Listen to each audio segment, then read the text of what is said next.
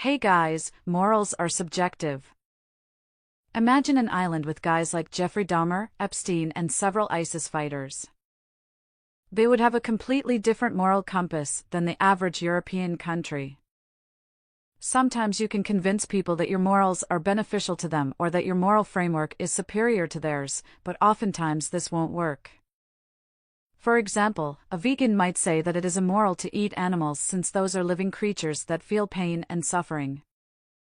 However, other people might find it natural to kill animals and don't consider it evil because animals don't have the same level of consciousness than normal humans. You can't solve this. If people have different beliefs, the only way to get them to act in a way that is favorable to you is trough power. If you and your friends are in charge of a country, you decide what is moral.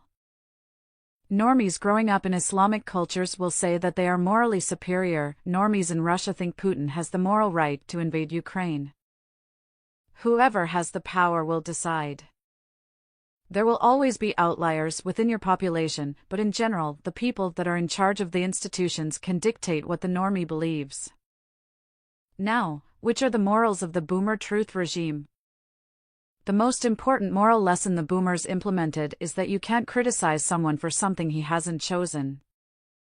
If someone is born gay, it would be immoral to deny him rights, since he hasn't chosen to be gay.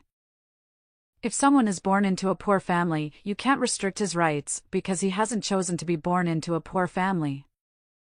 Although I personally have nothing against being compassionate, this moral system has some obvious flaws. For example, if a couple living of welfare has a child in Germany, the couple gets of course additional money to raise their child. If they then make another child, they get even more additional money and a bigger place to live. This continues until the couple stops having children. From the perspective of the individual child that hasn't chosen to be born, it might seem moral to give him money, but from the perspective of the working class it is very unfair. The working class doesn't get additional benefits for every child. They don't get a pay raise for every new child. To the contrary, they have less money for every individual child they are producing. The idea that you are just randomly born in a body is flawed anyways.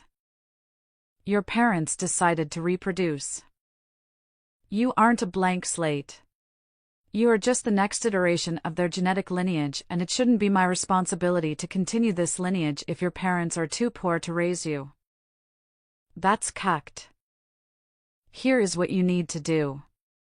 Instead of pointing out some stupid double standard or trying to convince the left that their moral compass is flawed, just be upfront. Tell them if we are in power this stops. Remember, morals are subjective. We tried arguing with the communist for 70 years, it's time to be upfront. You don't need a lefty to allow you to have morals.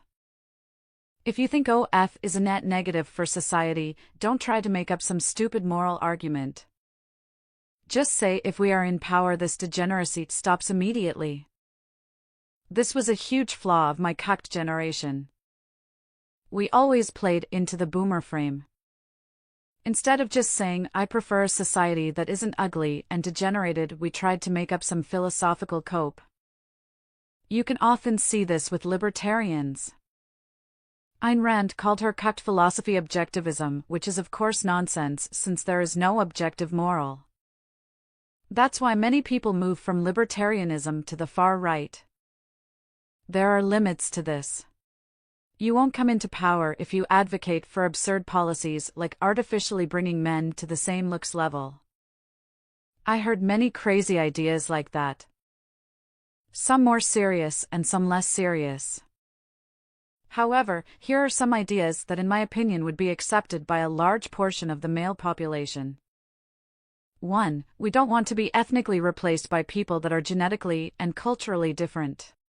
2. We don't want to pay for single moms and people living of welfare.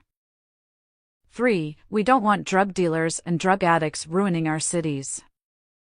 4. We don't want ugly modern architecture. 5. We don't want to fund any kind of Marxist propaganda.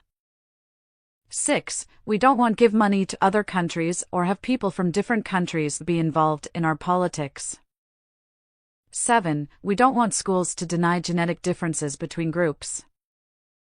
8. We don't want schools to claim the Red Army liberated Germany.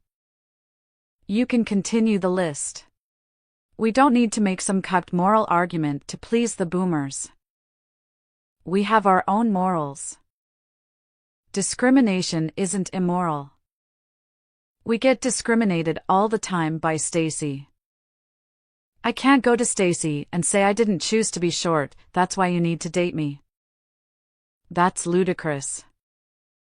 I hope you get what I am trying to say. You can design a country to your preferences if you are in power, and the normies will follow. They will advocate for whatever the mainstream tells them.